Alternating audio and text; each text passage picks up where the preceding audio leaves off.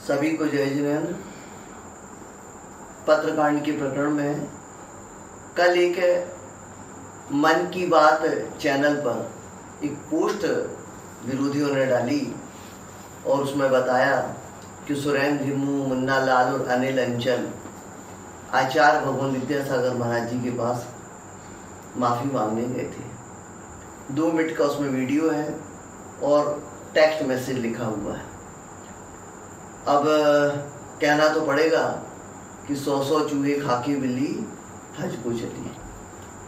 ये वीडियो है जब 72 दिन सुरेंद्र हिमू जेल में रह कर के छूट करके आया, सीधा टीकमगढ़ गया जगत पूजी जी के पास और फिर उसके बाद कुछ दिन बाद ये आचार्य सिंह के पास गए। अब हम आपको एक वीडियो दिखाते हैं जिसमें 29 दिसंबर 2022 को ललितपुर में थाने में हिमू मुन्ना लाल वकील से कह रहे हैं, करीब 80-100 लोग बैठे हुए हैं जैन समाज के ललितपुर सागर के, और उनके सामने बोल रहे हैं कि वकील साहब आप हमें पत्र देते थे और हम जाकर के सागर में डालते थे। मतलब इतनी थाने में बैठ कर के क्लियर स्वीकारोक्ति जो है उन्होंने की हुई है। अब हम आपको वीडियो भी दिखाते हैं।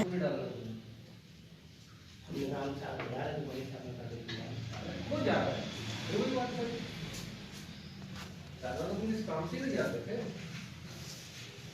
और जब सागर गए तब वही काम कि इतने काम किया आज सागर करो वकील साहब को लिफाफा है का जेलों में डाल के आ जाओ। मालूम कहता था कैप्टन प्लांट रहता है तो तुम्हारे वकील साहब बताओ ना मुझे, जब गया हो तब लिफाफे रहते ऐसा क्यों बताओ। ये सब समाज बैठा है तुम्हारा, कितने पैसे मिलते थे तुम्हें? वकील साहब कितने देते थे यहाँ? अच्छा, सागर से क्यों निकालते थे पैसे? सागर को निकालते तो ईसा से जो है ना उनका हम काम करते थे। जैसे वहाँ के पैसे निकाले उन्होंने कहा इसको दे दो, जहाँ पे मैं दोना होता है काम कर देती थी। वो तो तुमने मना किया था सागर में कि ईशान जैन से पूछा क्या करते थे, फिर तुम नहीं बता पाए। चलो ऐसा पूछ लेते हैं, तुम क्या काम करते थे? पहले ललितपुर में इतने लोग बैठे हैं, तुम्हारा काम धंधा क्या है? पहले हम फोटोग्राफी करते थे। कितने साल तक की वो फोटोग्राफी? और देखिए अनिल अंचल जी का भी मैंने नाम लिया है। अब आपको ताजुब होगा कि अनिल अंचल जी भी इस प्रकरण में सीधे मुलजिम हैं। सारी बातें आपको बताते हैं। पहले आप ये देख लीजिए कि जो 72 दिन जेल में रह कर के आया, वहां से लौटने के बाद उसने आचार्य सिंह से माफी मांगने गया। अब सुरेंद्र हिमू ने कहां कितनी बार अपने इस अपराध को स्वीकार। तो सबसे पहले जिस दिन पुलिस ने इनको पकड़ा, थाने में लेकर के गई, इनसे 8 पत्र जब्त किए, 40,000 रुपये जो बैंक से निकाले थे वो जब्त किए। पुलिस ने अपनी लिखा पढ़ी की। उसके बाद पुलिस ने इनसे कहा कि जमानत के लिए हमें छोड़ना है, जमानत देना है आपको, किसी को बुलाइए। इनने ब्रह्मचारी गौतम जी को बुलाया, वे नहीं आए। शर्वारा कमेटी के अध्यक्ष उत्तम प्लास्टिक जी को बुलाया, उनने कहा भी हम व्यस्त हैं, हम नहीं आ पाएंगे।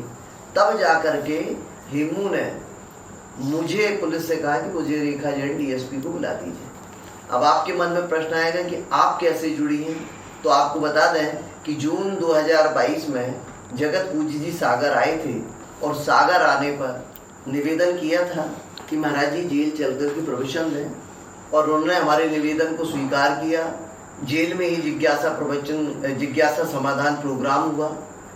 उसमें ये सुरेंद्र हिमू जेल के अंदर महाराज के साथ गए थे और वही एक पहचान थी। जब पुलिस ने हमें खबर दी तो हम पुलिस थाने कोतवाली पहुंचे। सुरेंद्र हिमू ने बाकायदे हमसे वंदना की, पैर छुए, सारी बातचीत की, दीदी हमारी जमानत करा दीजिए। जब हमने उनसे पूछा कि ये कौन सा आपने अपराध किया है, तो उसने बिल्कुल सहज सरल तरीके से साफ साफ बता दिया कि महाराज जी पत्र देते थे, हम मुन्ना लाल बैठे थे और मुन्ना लाल उस पत्र को लिफाफे में रखे, टिकट लगा के हमें सागर पोस्ट ऑफिस ले जाने के लिए देते थे। आपको बता दें, एक ऑडियो है मेरे पास, उस ऑडियो को अभी तक हमने कहीं नहीं दिखाया न सुनाया। जब ललितपुर में आदर्शमती माता जी, पूज्य आदर्शमती माता जी आरोहण से चल के विहार करके पहुंची, 39 माता जी थी, परम पूज्य मुनि पूज्य सागर महाराज जी थे और जगत पूज्य जी थे। यानी 40-41 साधुओं के बीच बैठ करके 5 दिन इस पत्रकांड पे चर्चा हुई। और आपको बताएं, चूंकि मेरे मन में जगत पूज्य जी को लेके कहीं ना पहले कोई राग द्वेष था ना आज है। जगत पूज्य जी को हमने आचार्य सिंह और अन्य महाराजों को जिस तरीके से मानते हैं ऐसा मानते आए थे। एक बार और हमने आपसे कहा था कि 2005 और 2018 में जगत पूज्य जी के मंच से हमें नारी सम्मान मिला था। तो जब माता जी लोगों के साथ हम वहाँ पहुँचे तो हमने उपगुहन स्थितिकरण अंग का पालन करते हुए सीधे सीधे शब्दों में जगत पूज्य जी को बताया कि महाराज जी उस दिन थाना कोतवाली में हमें बुलाया गया, हमने हिम्मू से पूछा, हिम्मू ने ऐसा ऐसा बोला और वो 22-23 मिनट का ऑडियो पूरा का पूरा महाराज जी को सुनाया। महाराज जी ने हमसे पूछा कि ये ऑडियो तुमने अभी कहाँ कहाँ सुना दिया। हमने उन्हें बताया कि महाराज जी पहला ऑडियो आपको ही सुनाया है, लेकिन ऑडियो की चर्चा 2 जगह हमने की है। 18 दिसंबर को जब हिम्मू थाने में पकड़ के लाया गया था, उसी रात 1:30 बजे ऋषभ बालरी और सट्टू कर्रापुर भैया हमारे यहाँ आए थे और उन्होंने थाने का पूरा प्रकरण सुनाया था। तो महाराज जी हमने ये ऑडियो मुंह से उनको बताया था कि आज हिम्मू ने हमसे भी दोपहर में थाने में ऐसा बोला है, और उन्होंने भी ये चीज़ स्वीकारी थी कि उनसे भी शाम को रात में, मतलब जब वो गए थे थाने तो स्वीकारा था। उसके बाद दूसरे दिन जब हम मुनि सुब्रतनाथ मंदिर दर्शन करने गए तो मुनि सुब्रतनाथ मंदिर में ब्रह्मचारिणी सुनीता दीदी पिपरई, ब्रह्मचारिणी प्रभा दीदी कटंगी मिली, क्योंकि पत्रकांड की चर्चा हो चुकी थी पूरे शहर में। उन्होंने पूछा दीदी क्या कैसा हुआ, तो हमने उसकी इस ऑडियो का मुखार बिंद से पूरा का पूरा उनको सुनाया।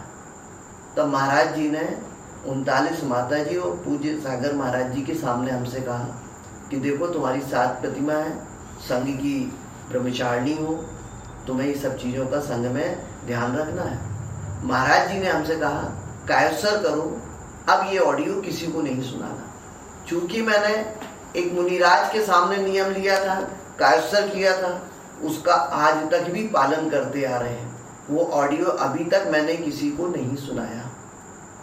मेरा ये कहना है, अभी बड़े सोशल मीडिया पे कमेंट्स चल रहे हैं, जो पैड वर्कर हैं जो हितबद्धता रखते हैं इसमें, वो बड़े उससे लिख रहे हैं कि 7 प्रतिमाधारी है दीदी, इनको सत्य बोलना चाहिए। आज हम आपको बताते हैं कि सत्य का कैसा पोस्टमार्टम इस पत्रकांड केस में किया गया। आप सोचिए, मैंने मुनिराज से नियम लिया, मैंने उस नियम को पाला और आज भी पाल रहे हैं। कोशिश होगी कि मैंने मुनिराज को जो कहा था उसमें कहीं भी आगे पीछे ना हो, लेकिन यदि हालात बिगड़ते हैं और जिस तरीके से आरोपों की वर्षा की जा रही है तो फिर हो सकता है मुझे मजबूर होकर के उस नियम को तोड़ना पड़े। तो सबसे पहले हिम्मू ने थाने में बोला। अब देखिए उसी दिन शाम को 6 बजे, 6-6:30 बजे का समय था। मोहन माबा अंकु वाशी निवासी है, महाराज जी का भक्त है, वो यहाँ कोतवाली थाने में हिम्मू से मिलने आया। बड़ी ताजुब की बात है मुझे कि लॉकअप में मुलाकात करते समय उसने सुरेंद्र हिम्मू की रिकॉर्डिंग की। अब आप कहेंगे मुझे ये बात कैसे पता? तो जब आरिका आदर्शमती माता जी के साथ वहाँ 5 दिन चर्चा चली और जब महाराज जी को हमने हिम्मू की रिकॉर्डिंग सुनाई तो महाराज जी को बहुत उत्तेजना हुई और उन्होंने, कहना चाहिए कि एक गुस्से जैसे व्यवहार में माता जी से कहा कि ये रिकॉर्डिंग तो चलो ठीक है, हिम्मू ने बोला है, मैंने सुन लिया। अब मैं आपको एक रिकॉर्डिंग सुनाता हूँ। मोहन मावा है क्या? तो मोहन मावा वाला भैया दौड़ता हुआ आया, बुलाया गया उसको। महाराज ने कहा कि देखो मैं प्रोविजन के लिए जा रहा हूँ, आप मोहन ये जो थाने वाली रिकॉर्डिंग है ये आप आरिका आदर्शमती जी और ये रेखा दीदी को सुनाना, और सुनो, देना नहीं, सिर्फ सुनाना। तब उस मोहन मावा भैया ने हमें, नीलम दीदी को, रारिका आदर्शमती माता जी को रिकॉर्डिंग सुनाई। उस रिकॉर्डिंग के भी अंश हमने वायरल किए थे। बड़ी ताजुब की बात है, मोहन मावा से लॉकअप में सुरेंद्र हिम्मू कह रहा है कि देखो भैया हमें मुन्ना लाल वकील ने पत्र दिए थे, हम ला के डालते थे। अब मुन्ना लाल वकील को कौन ने दे, कैसे करे, अब वो सोचना पड़ेगा। और मोहन माबा भी कह रहे कि देखो तुम्हारी कोई गलती नहीं, तुम्हें मुन्ना लाल वकील ने दे सो तुम डाल देते। ये बात तो हो गई पत्र डालने की, जिसको बिल्कुल सीधी सीधी ऑडियो में मुन्ना लाल और हिमू मुन्ना लाल जी के लिए स्वीकार कर रहा है। अब उसी में एक और रहस्य निकला उस रिकॉर्डिंग में कि मोहन मावा कहता है फिर कहा वो दीदी तो तुमसे कह सुन के कड़ गई और उनने होते जाके हाई कमान को फोन कर दो। मालूम है ये लग सिद्धांत सागर महाराज जी हैं, उनने अपने महाराज को जवाब बता दी।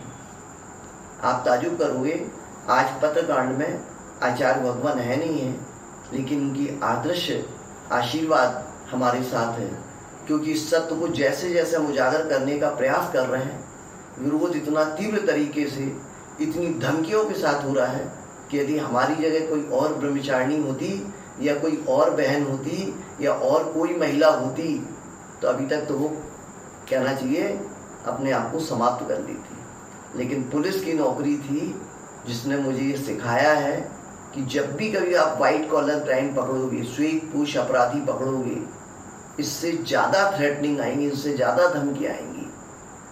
आप सोचिए, वो एलक सिद्धांत सागर महाराज जी हमारे पत्रकांड के प्रकरण में नेतृत्व कर रहे थे, लीडर थे, और ये रहस्य हमें जाकर के इस रिकॉर्डिंग में पता चला कि वे हैं तो हमारे साथ, बाकी सहयोग जगत पूजी जी को दे रहे थे। तो वो एक रिकॉर्डिंग वो मोहन मावा की साबित हुई। उसके बाद 3-4 दिन बाद पुलिस ने सुरेंद्र हिम्मू का रिमांड लिया और ललितपुर लेकर के गई। ललितपुर लेकर के गई तो रास्ते में टोल टैक्स पे अनिल अंचल और अक्षय टड़िया मिल गए सुरेंद्र हिम्मू को, और उन्होंने बिल्कुल टोल टैक्स पे पूछा का हिम्मू जो सब का हो, उसने बिल्कुल सीधा सीधा कहा भैया महाराज पत्र देते तो हम डाल देते। अनिल अंचल ने ये कहा कि तू अपनी गंदी जुबान से महाराज का नाम क्यों ले रहा है। इसका भी ऑडियो मेरे पास है। तीसरी बार हो गया। चौथी बार अब जब हिम्मू थाने में पहुंचा, करीब 80 से 100 लोग ललितपुर के सागर समाज के बैठे थे, मुन्ना लाल बैठे थे, अनिल अंचल जी बैठे थे, पुलिस बैठी थी, हमारे यहाँ की टीआई आनंद सिंह थे, ललितपुर के सीओ थे, सारे लोग बैठे थे। और पुलिस ने ही पूछा मुन्ना लाल से, सुरेंद्र हिम्मू से कि बताओ क्या कहना है। तो सुरेंद्र हिम्मू वो वीडियो हम आपको इसी में लगा करके देंगे। देखिए कितने सीधे सीधे शब्दों में कह रहा है कि वकील साहब आप हमें पत्र देते थे, हम डाल देते थे। ये चौथी बार स्वीकारोक्ति हो गई। उसके बाद आप देखिए एक वसुंधरा चैनल पर एक ऑडियो वायरल हुआ था, आप देखिएगा। एलक सिद्धांत सागर महाराज जी और जगत पूज्य जी की डायरेक्ट बात हो रही है, जिसमें जगत पूज्य जी स्वयं कह रहे हैं कि मान लो उस बच्चे ने मेरा नाम थाने में ले लिया तो क्या संघ को विश्वास करना था। वहीं एलक सिद्धांत सागर जी कह रहे हैं कि महाराज मैंने तत्काल गंभीर सागर महाराज जी को फोन करके बताया था कि देखो हिम्मू थाने में सुधा सागर महाराज का नाम ले रहा है। और सुनिए अनिल अंचल जी उसमें कह रहे हैं कि भैया आप लोग समझो का हम उसको जेल में ही मरवा दें। कह रहे हैं यदि यहाँ ललितपुर में लोगों को पता चल जाएगा ना तो सारी ललितपुर के घरों में आग लग जाएगी। मतलब उस ऑडियो को आप ध्यान से सुने, उस ऑडियो में जगत पूज्य जी को पूरी तरह से इस बात का ज्ञान था कि उनका नाम लिया गया। एलक सिद्धांत सागर जी ने जगत पूज्य जी को सीधे सीधे शब्दों में सारी जानकारी दी थी, और ये अनिल अंचल जी को ये पता है कि इसमें सुरेंद्र हिम्मू, मुन्ना लाल, ईशान गदिया मुंजे। उस ऑडियो को आप जो है सुनिएगा। अब देखिए आदर्शमती माता जी जब पहुंची तो बंद कमरे में अनिल अंचल जी से चर्चा हुई। अनिल अंचल जी का नाम हम इसलिए ले रहे हैं, आप जानना चाहते हैं इसमें कितने मुलजिम हैं। आपको बता दें ये बहुत बड़ा संगठित गिरोह है, और ये षड्यंत्र 2022 का नहीं है, ये कम से कम 15-20 सालों से चला आ रहा षड्यंत्र है, जिसमें हमने बायलॉज की उजागर किया है, जिसमें हमने मूर्तियों के बदलने का उजागर किया है, जिसमें प्रशस्ति बदलने का उजागर किया है। और ये सारी चीज़ें एक दिन में नहीं हुई हैं, ये 15-20 सालों से तैयारी बाकायदे चलती रही, धीरे धीरे होता रहा। चूँकि आचार्य भगवान बहुत सीधे सरल थे, तो उनको कोई इस चीज़ का उनका कहना ही नहीं चाहिए कि उनका ध्यान ही नहीं गया होगा। लेकिन जब ये पत्रकांड खुला और उसमें ये सारी जानकारियाँ आई तो मैंने समाज के सामने रखा। तो अनिल अंचल जी का कैसा इन्वॉल्वमेंट है वो आपको बता देते हैं कि 2018 में जब पंचकल्याणक ललितपुर में हुआ था तो अनिल अंचल जी ने ब्रह्मचारी विनय भैया के खिलाफ एक निंदा प्रस्ताव निकाला था और पूरे भारत में वायरल हुआ था, सिर्फ विनय भैया जी को नहीं पता था। और वही निंदा प्रस्ताव पत्रों में लिफाफों के अंदर डाल करके सब जगह पोस्ट किया था। मैंने माता जी और महाराज जी और जगत पूज्य जी के सामने अनिल अंचल से कहा था कि अनिल अंचल जी ये बात सही है कि निंदा प्रस्ताव आपने निकाला था? बोले हाँ। हमने कहा ये बात सही है कि पत्रों के अंदर निंदा प्रस्ताव मिले। अब आप ये बताइए जो निंदा प्रस्ताव आपके पास थे वो पत्रों में कैसे पहुंच गए, लिफाफों में कैसे पहुंच गए? उसके दो ही रास्ते हैं, या तो आपने उठा करके हिम्मू को दिया है कि भाई डाल, या फिर आपसे हिम्मू ने बिना पूछे आपके निंदा पत्र की चोरी की है। यदि चोरी की है तो आपको थाने में जाकर के रिपोर्ट करना चाहिए कि टीआई साहब हमारे निंदा प्रस्ताव किसने चोरी किए हैं और वो पत्रों में डाले जा रहे हैं। ये बात मैंने ललितपुर में माता जी और महाराज जी के सामने कही थी। अब इसके बाद देखिए ब्रह्मचारी गौतम की रिकॉर्डिंग वायरल हुई, ऋषभ चंद जी जगतपुर जी के बड़े भाई ऋषभ चंद जी और भाभी हीराबाई जी की रिकॉर्डिंग वायरल हुई। उन दोनों रिकॉर्डिंग में स्पष्ट रूप से बताया जा रहा है कि सुरेंद्र निम्बू पकड़ा गया और वो हमारा बहुत खास था, महाराज का बहुत खास था, वो तो दान कलेक्ट करता था। बहुत सारी सफाई दी जा रही है। अब इसके अलावा देखिए ब्रह्मचारी विनोद भैया भिंड की रिकॉर्डिंग वायरल हुई, जिन्होंने आचार्य से लास्ट में समाधि के समय ये जानने का बहुत अच्छे तरीके से प्रयास किया कि आचार्य पद किसको देना है। आप हमें आरोपित करते हैं कि हम रिकॉर्डिंग वायरल करते हैं। सोच के देखिए, कल हिम्मू की माफीनामा की आचार्य के पास गया था, आचार्य भगवान के सामने वो रिकॉर्डिंग चोरी छुपे करके लाई गई। यानी इन लोगों को ये पता था कि ये षड्यंत्र कभी ना कभी आगे खुलेगा और सबूत देने पड़ेंगे। ब्रह्मचारी विनोद भैया ने आचार्य से जीवन में कई बार चर्चाएं की, जैसा वो बताते हैं। तो मुझे ये बताइए कि आचार्य से जब वो चर्चा कर रहे थे तो उनने उनसे बगैर अनुमति लिए ये गोपनीयता कैसे भंग की? प्रश्न तो बहुत सारे हैं, लेकिन हम मुद्दे पे आते हैं। सुकांत भैया नारेली हैं, उनका गैरतगंज जाके मणिबाई जी से कहना, ब्रह्मचारी पारस जी जो आजकल पहले पारस सागर जी थे, उनके ऑडियो हमारे पास हैं। ब्रह्मचारी महावीर भैया के प्रयास हैं, उनकी जानकारी हमारे पास है। कहने का मतलब है इतने सारे लोगों द्वारा वो सब सबूत है मेरे पास। हम तो ये कह रहे हैं कि हमारे बारे में जो कोई भी लिख रहा है वो सबूत के साथ लिखे, प्रमाण के साथ लिखे, लेकिन कोई भी प्रमाण के साथ कोई बात नहीं लिखी जा रही है। सिर्फ ब्रह्मचारिणी को बदनाम करना इसलिए लिखा जा रहा है। अब आप ये सोचिए, सारी रिकॉर्डिंग है। इसके बाद बरुआ सागर में एक जो फर्जी वीडियो बना, देखिए जगतपुर जी ने हमें ललितपुर में हमें और 39 माताओं को क्या आश्वासन दिया। उसके बाद माता जी ने वहाँ से बयान किया कि माता जी आप समझिए अभी हिम्मू जेल में है, जब वो छूट करके आएगा मैं उसको 2-4 महीने अपने पास रखूँगा, विश्वास में लूँगा और फिर सत्य उजागर करूँगा।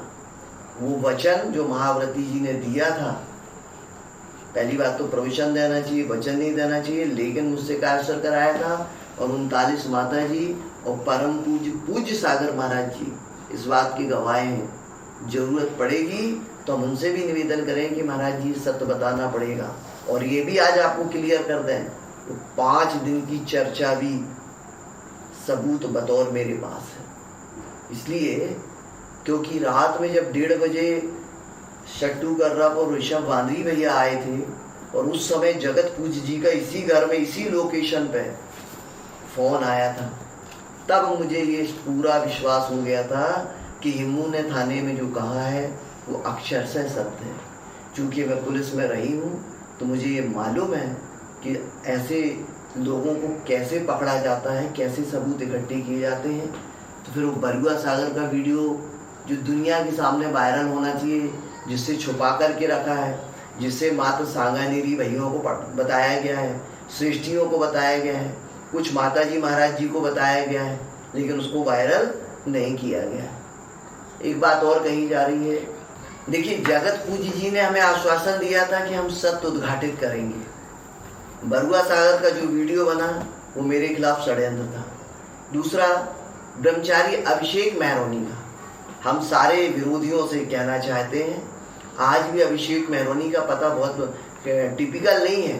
कोई भी मेहरोनी चला जाए, वहां जाकर के ब्रह्मचारी अभिषेक से मिल ले, आज उससे पूछ ले। भाई उस समय तो मान लिया कि दबाव प्रभाव में था। हम तो आज भी कहते हैं हेमू को हमारे सामने लाओ ना, हम आज भी सत्य उगलवाने की क्षमता रखते हैं, क्योंकि व्यक्ति कितना भी तैयारी से बोले, सत्य तो सत्य होता है और झूठ तो झूठ होता है। तो अभिषेक मेहरोनी के मामले में भी हमारा कहना है, पूरी भारत की जैन समाज मेहरोनी पहुंच के उससे बात कर ले, जो सच्चाई है वो सामने आ जाएगी। सबसे अंतिम बात जो हम कहना चाह रहे हैं, 20-21 जुलाई 2024 को जूरी कमेटी बनी थी 6 सदस्यों की। माननीय अशोक पाटनी जी थे किशनगढ़ वाले, श्री प्रभात मुंबई थे, श्री पंकज पारस चैनल थे, श्री आशीष साहेब पुणे थे, श्री वीर सेठ दमोह थे और विपुल वर्धन जी हाईकोर्ट जबलपुर वकील थे। ये 6 सदस्यों ने भोपाल में 5 स्टार होटल ताज में बैठ करके हमारे सारे पक्ष को सुना था। हम लोग अपने साथ 16 व्यक्तियों को लेकर के गए थे सबूत के तौर पे, और उनकी तरफ से 8, 10, 15 लोग उनकी तरफ से आए थे। 2 दिन तक जांच की थी। सारी समाज से कहना चाहते हैं, ये सोशल मीडिया पे बौछारें चलती रहेंगी, कुछ होने वाला नहीं है। मेरा तो ये कहना है, ये 6 लोग हमारी भारत की जैन समाज के रत्न कहे जाते हैं, श्रेष्ठीजन कहे जाते हैं। सिर्फ ये श्रेष्ठी लोग आज भी आकर के समाज को बताएं कि उस जांच रिपोर्ट में क्या पाया। मुझे कहीं भी प्रॉब्लम नहीं है, यदि हम दोषी होंगे, भारत की जैन समाज जो सजा देगी वो मुझे स्वीकार है। लेकिन यदि जांच रिपोर्ट में जो सच्चाई आती वो नहीं बताई जाएगी तो दिक्कत की बात है। अभी कुछ दिन पहले कमेंट चला कि हिम्मू का जो वीडियो है पोस्ट डालते का वो अलग है और हिम्मू अलग है। सारे लोगों से कहना चाहते हैं, आजकल बहुत हाई टेक्निक आ गई है, फॉरेंसिक साइंस लेबोरेटरी में भेज करके चेक करा लेते हैं कि जो हिम्मू का वीडियो है वो हिम्मू का है किसी और का है। तो इसमें कहीं कोई दिक्कत की बात नहीं है। आज भी जांच कमेटी से पूरी भारत की जैन समाज से कह रहे हैं कि ये मैंने आज 6 नाम आप लोगों के सामने लिए हैं, इन 6 लोगों को बुला करके पूछा जाए कि जांच में क्या पाया था और उस जांच की सच्चाई को खुल करके रखा जाए। सिर्फ हम इसलिए नहीं रख रहे हैं कि उसमें किसी महाबली, किसी बाहुबली लोगों का इन्वॉल्वमेंट है, कहीं कोई जगत पूजी जी के रिश्तेदार हैं इसलिए, लेकिन सच्चाई तो खोलना पड़ेगी। और एक बात बोले, कितना भी आप दबाव बनाओगे, सच तो लगभग हो गया है। अब रह गया ये कि जनता नहीं बोल रही है, तो जनता इसलिए नहीं बोल रही है कि जैन धर्म और पुलिस के अपराध में आईपीसी में एक ही बेसिक अंतर है कि पुलिस में अपराध चलता है, जैन धर्म में पाप चलता है। जैन धर्म में प्रायश्चित होता है और अपराध में सजा होती है। इसलिए सारी जैन समाज शांत है।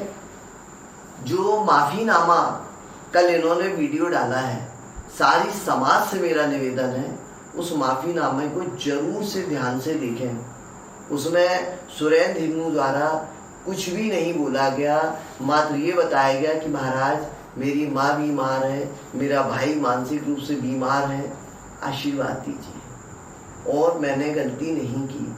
अब देखिए, आप 8-10 जगह हिम्मू का कन्फेशन हुआ है, स्वीकारोक्ति हुई है, और उसके बाद जाके हिम्मू कह रहा है।